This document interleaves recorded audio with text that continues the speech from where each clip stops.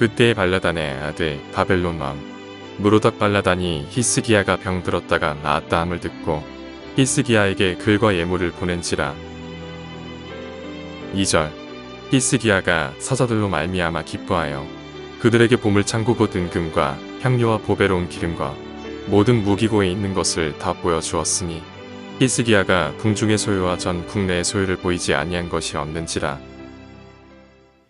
주를 의지함이 나의 힘이다 라는 제목으로 하나님 말씀을 전하도록 하겠습니다. 성도는 하나님의 은혜 없이 살아갈 수 없는 존재입니다. 날마다 공급되는 하나님의 은혜가 있습니다. 하나님은 우리에게 은혜를 공급하십니다. 그 은혜로 살아가시는 저와 성도 여러분들이 되시기 바랍니다. 광야의 길을 걸어가는 이스라엘 백성들에게 하나님께서 만나와 메추라기를 매일같이 내려주셨습니다. 매일매일 필요한 은혜를 하나님께서 우리에게 주시는데 우리는 은혜 받은 것, 과거의 은혜 받은 것으로 만족하고 오늘을 살아갈 수 있습니다. 어제 받은 은혜를 가지고 오늘을 살아갈 수 있습니다. 일주일 전에, 아니 1년 전에 받은 은혜를 생각하면서 오늘을 살아갈 수는 있습니다. 하나님 나를 그렇게 사랑하셨지, 나에게 은혜를 주셨지 충분히 기억할 수는 있습니다. 그러나 그것이 우리의 동력이 되지는 않습니다. 하나님의 은혜를 떠올릴 수는 있지만 그것이 희미한 기억 저편으로 넘어가기 때문에 인간은 망각의 동물이므로 하나님 주신 은혜를 생생하게 경험하기 위해서는 오늘 우리에게 주시는 은혜가 필요하다라고 하는 것입니다. 인간은 깨지기 쉬운 연약한 질그릇이기 때문에 하나님의 은혜를 잘 간직하지 못합니다. 오늘 새벽에 말씀을 통해서 은혜를 받고 예배당 문을 나갈 때 만약 내가 차를 가지고 왔는데 내 앞에 다른 차가 세워져 있을 때 그 차를 손으로 밀고 내 차를 꺼내야 된다고 한다면 내 마음속에 빈정이 상하거나 왜 차를 여기다 댔을까? 다른 곳에 주차할 곳도 있는데 이런 생각이 드는 순간 내 안에 있는 은혜가 사그라드는 것을 경험하지 않습니까?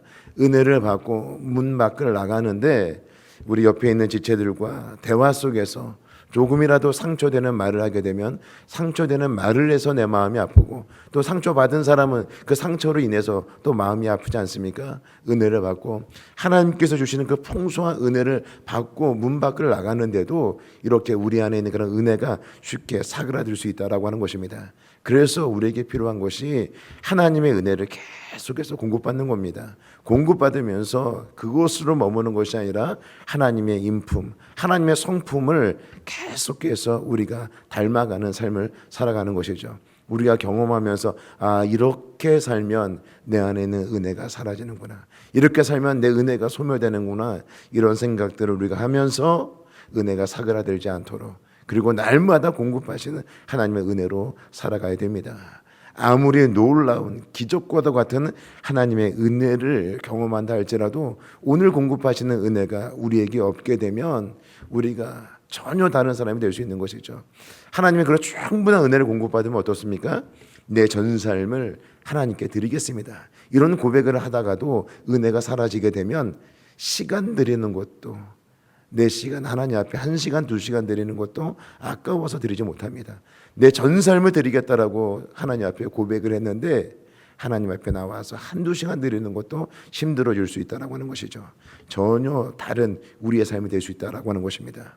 예수님께서 오병이어의 놀라운 기적을 베푸셨을 때 많은 사람들이 예수님을 왕으로 옹립하려고 합니다. 예수님이 행한 기적을 보고 은혜를 경험한 사람들이 예수님을 왕으로 세우려고 하고, 예수님이 예루살렘으로 입성하게 됐을 때 자신의 겉옷을 깔고 종려가지 나무를 흔들며 호산나 호산나 외쳤던 자들이 정작 예수님께서 십자가에 못 박히는 그 현장에서는 예수님을 십자가에 못 박으라고 외치지 않았습니까? 은혜 없으면, 하나님의 은혜가 충분히 공급되면 하나님의 자녀로서 그 품위를 유지하고 하나님의 그 성품을 드러내는 삶을 살아가는 그런 성도라 할지라도 은혜가 없으면 전혀 다른 삶을 살아갈 수 있게 되는 것이죠. 이와 같은 사실을 기억하시고 하나님의 은혜가 끊임없이 우리에게 공급되도록 하나님을 의지하고 살아가시는 저와 성도 여러분 모두가 되시기를 주의 이름으로 축복합니다. 오늘 말씀을 보시게 되면 이 히스기야 왕의 전혀 다른 모습을 보여주고 있습니다. 히스기야 대단한 사람 아니었습니까?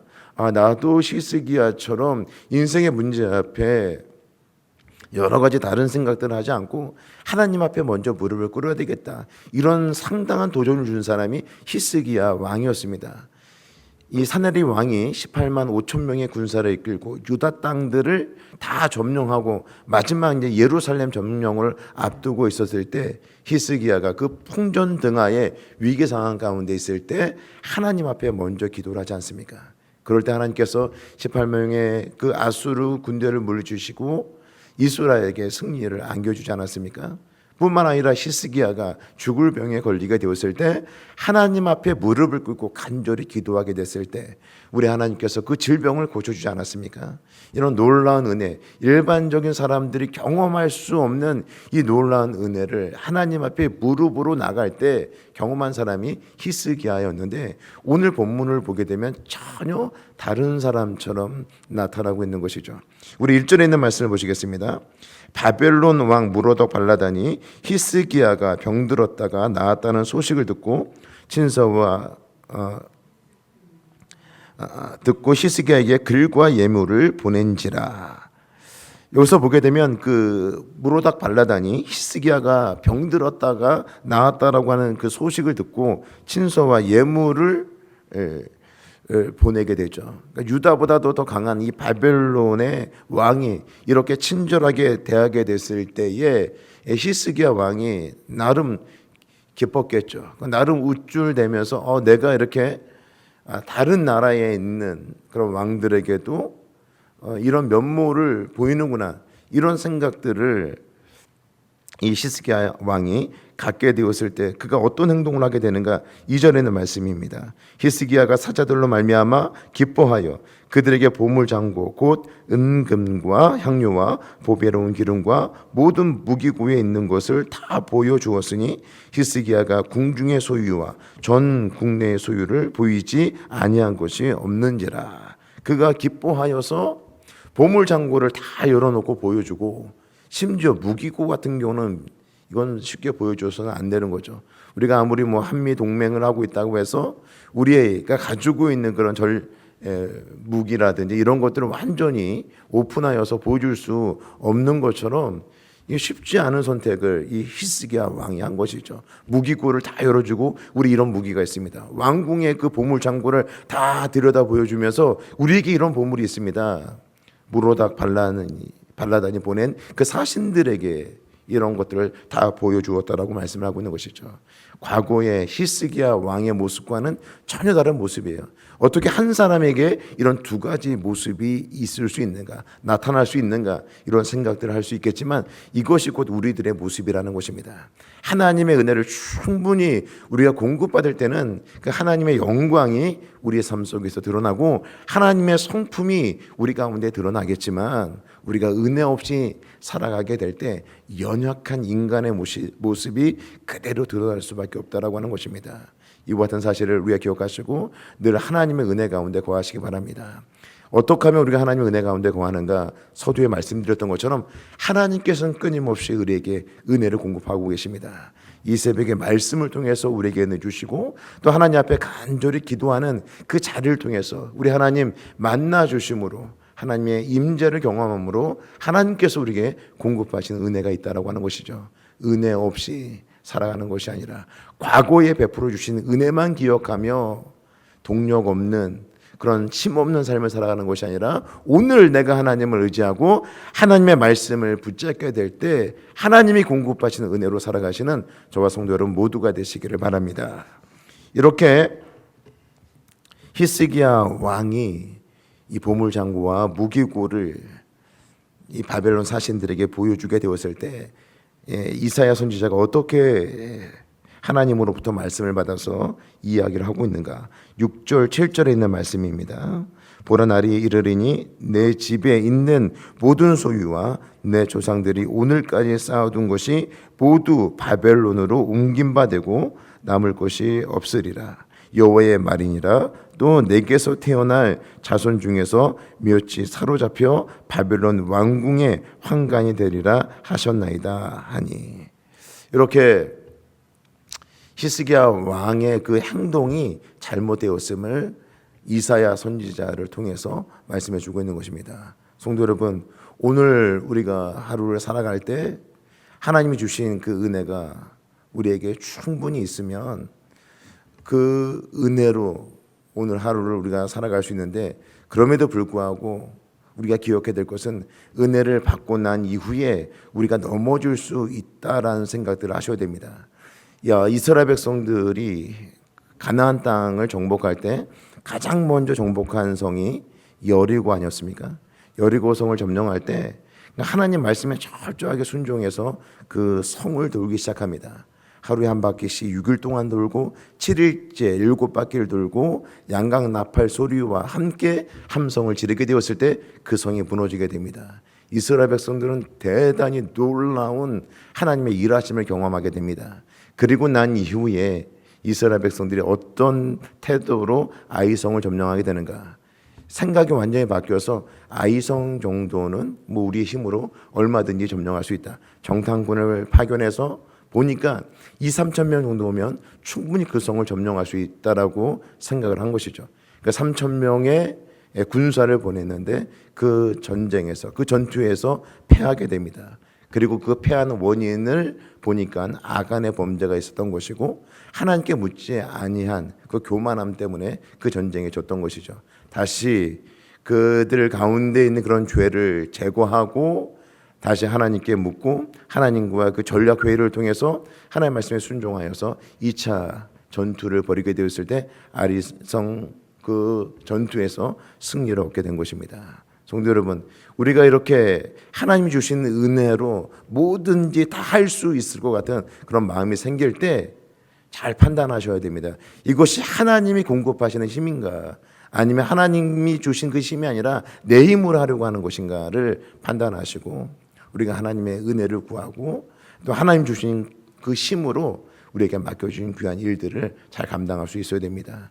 내 힘으로 서려고 할 때 얼마든지 넘어질 수 있는 연약한 존재임을 기억하시고 오늘 하루도 우리에게 주신 이 생명의 말씀을 붙잡고 또 하나님 앞에 무릎으로 나가게 될 때 우리 하나님이 주시는 그 은혜를 우리가 충분히 공급받고 은혜를 흘려보내는 귀한 축복의 통로로 오늘 하루를 살아가는 저와 성도 여러분 모두가 되시기를 주의 이름으로 축복합니다. 기도하시겠습니다. 이제 오늘 받은 말씀으로 함께 기도하겠습니다. 은혜 받은 이후 내 힘과 노력으로 살아갈 때 넘어질 수 있음을 알고 하나님을 더욱 의지하게 하옵소서.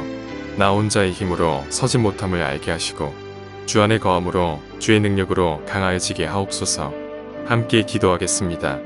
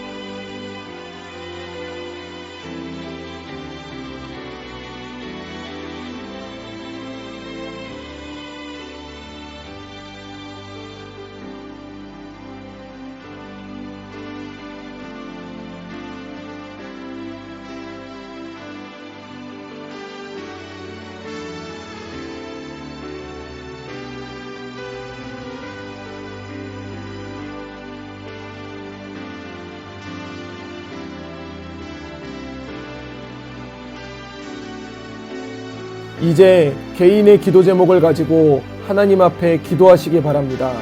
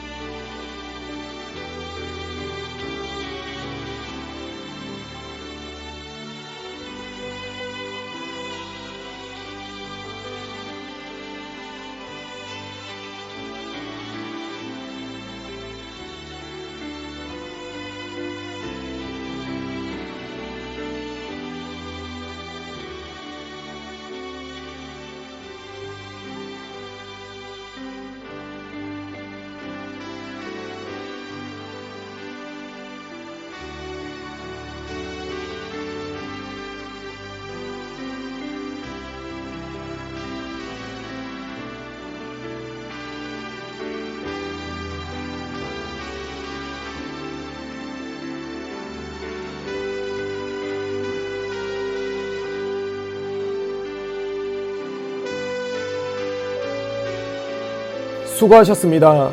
오늘도 하나님의 인도하심 가운데 승리의 하루를 보내시는 우리 재건부평교회 모든 성도님들이 되시기를 주님의 이름으로 축복합니다.